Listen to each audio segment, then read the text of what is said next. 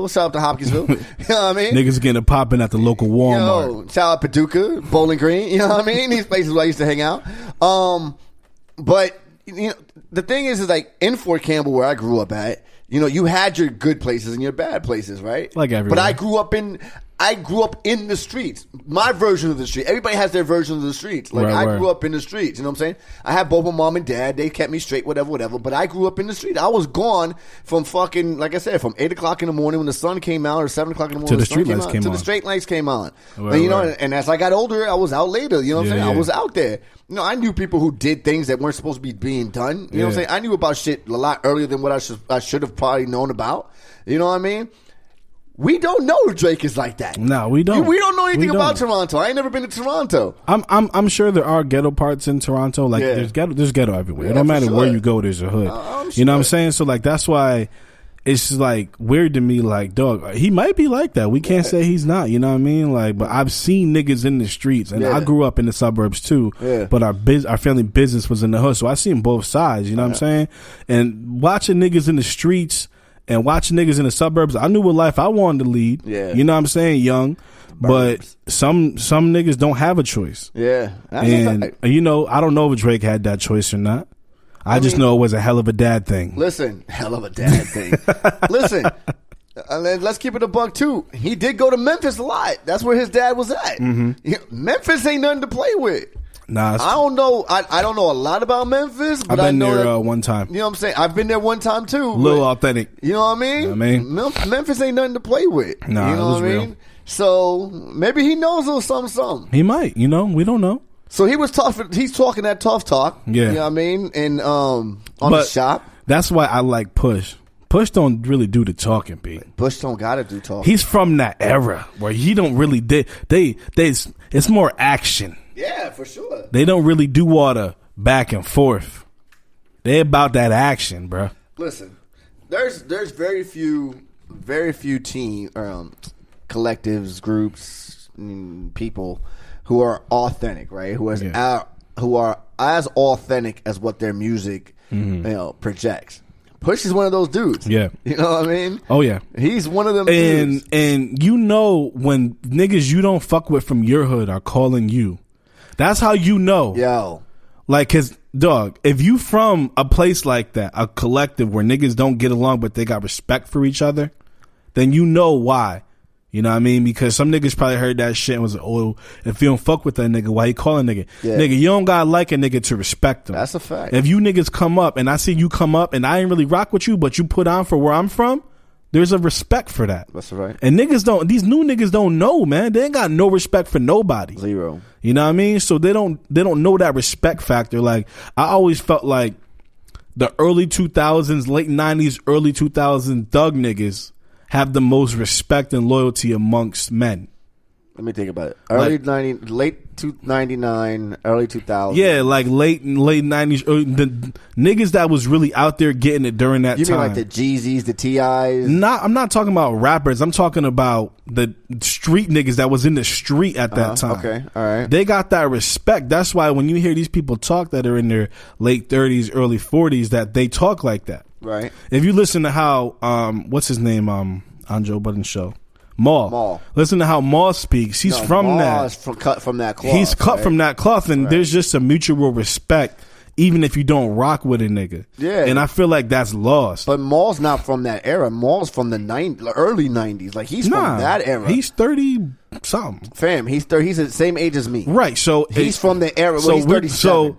We're talking. He's talking. But look who his brother is, though. Yeah, but that's what I'm saying. He came up. He was in his 20s in the late 90s, early 2000s. So he was around them people at that age where you start learning about yourself and start building your character, and you form your character based off of niggas that you're around. One of the things he said that really rang off to me was like, when you with your boys and they do something fucked up, you ride with your boy. 1,000%. You know what I'm saying? But in private, you handle that shit. You gotta let them know. That was fucked up. Yeah. Yeah, I'm throwing hands with you. You're my mans and shit, but that was fucked up. But that's how it's supposed to be. Exactly. And these new niggas don't think so. These niggas see static, they dip. They see their mans, yo, it's fucking 8 on 5. Yo, my nigga, real. I'll tweet you later. No, I'll tweet you later.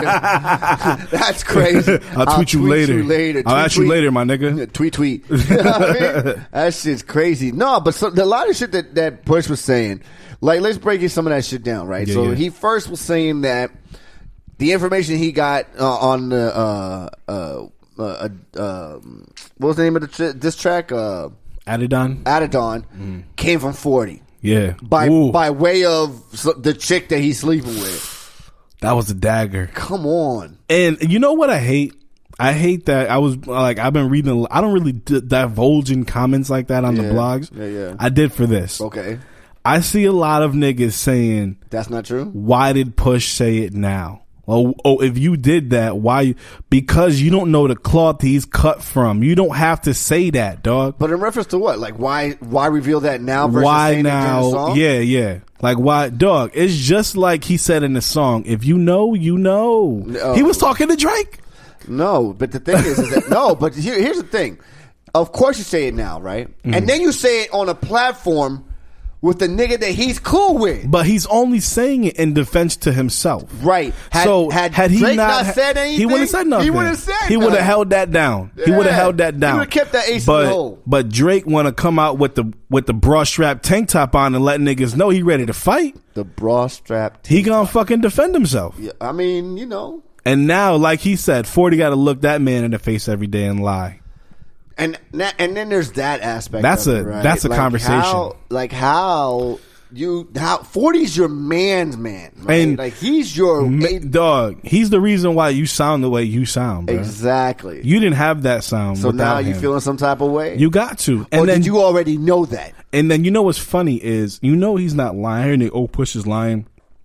He's not lying because when he said, "You know who you are." When you hear this, you know who you are, and there was no hesitation in that statement. Yeah. If you know who you are, when you hear me say this, you know exactly who I'm talking about. You know exactly. And he's talking to 40 about the chick, so he knows who the chick is. Dog, right? Before you heard that pit dropped in his stomach. Mm-hmm. That pit dropped. Oh, yeah. And he sat there like, fuck, nigga, like, hey. And that shit was everywhere, so it's not like he's hiding from it. He had to have heard it. Nigga, you can't hide from it. Nah. These are the games we play. Dog, his album is starting to make so much more sense to me now.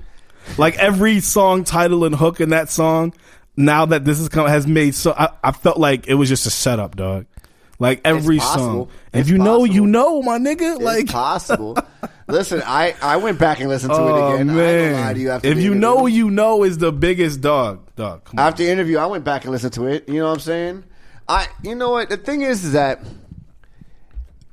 this shit and going back to what he said in the interview, right? He said this shit when he was asked like how did this whole thing start. He's like, it's competition, right? At the time that Clips was coming up, not Young Money, but Lil Wayne was still on the rise. And at one point, Wayne was riding with Clips, right? And then Wayne went off and did something, went off and did his own thing.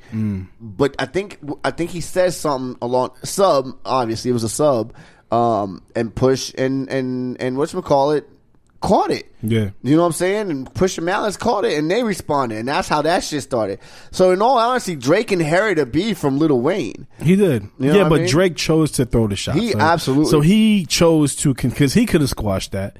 And he chose, but I get it. Like, back to what Push said, you ride with your mans even if you don't. That's what Drake was doing. That's you can't fault him for that. Yeah, you know what I'm saying? He said it best. Push said it best. Like, you can't shoot at my man.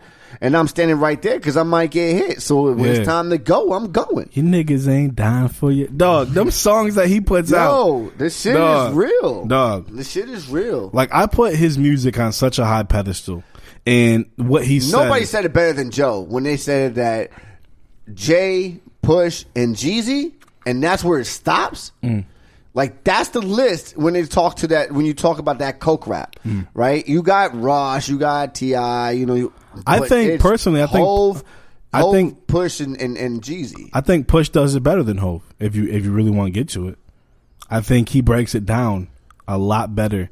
And then you know what? I feel like you can throw Ross in that mix. I don't think you can, not at the level of Jeezy, Hove. If you're talking about that level. I'm talking about honorable mentions, though. I wouldn't say it's one of the three. Honorable mentions, but next up, if we're going like a 5, I would throw Ross in that mix. Yeah, if you're doing top 5, Ross is probably number 4. Yeah. But I don't think anyone. Over but if we're gonna put Push in the mix, why are we not putting Malice in there? That's a good question. That's a good question. Because Malice number 5. Malice you will get niggas that will say Malice is better than Push.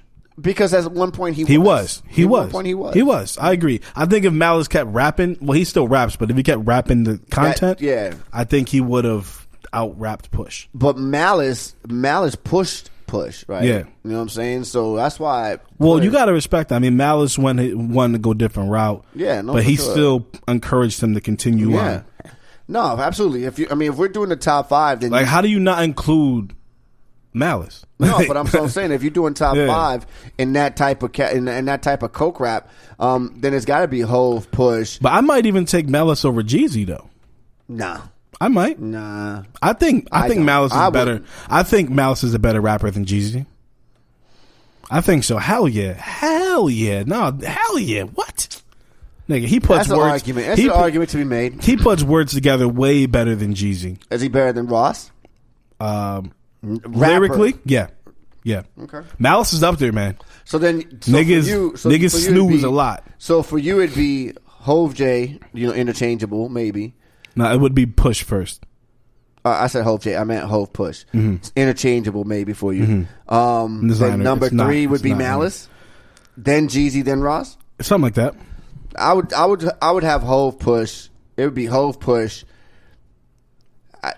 Based on this conversation we're having right now, I probably would push Malice on top of Jeezy and then Ross. Like when I heard them talk about that was my first instant. Like, yo, how you not gonna mention Gene? Because you're right. Because a lot of push coke talk comes from when it was him in Malice, the clips. And Malice out-rapped the fuck out of him on Lord Willin'. Yeah, he put that nigga through the washer, B. Yeah, but that was back when Push was still learning, right? Yeah, but he put that nigga through the washer, like literally, not even saying that in in a bad way. Yeah, in literal form, he out-rapped him crazy. Yeah. Push out-rapped Malice on Hell Hath, and then it was like a tie almost on Till the Casket. Till the Casket dropped. One of my favorite albums. Those are 3 dope ass. Hell Hath No Fury is like, dog. That's one of my favorite albums ever. Lord Willin' was rock solid. Lord Willin' from track to 2 to 9 is hits. That's a fact. It's hits, dog.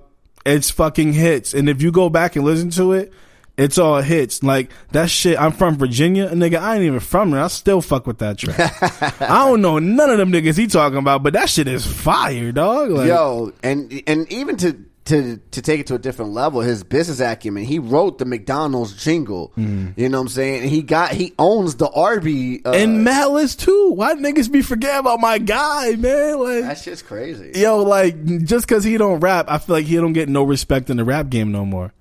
And if it wasn't for Malice, it's not even he don't rap. He just don't do the coke raps. And he still and if it wasn't for him, all of this style and shit, him and Push started all of this. That's a fact. Him, Push, and Pharrell started all of this streetwear shit, pretty much. No. Yeah.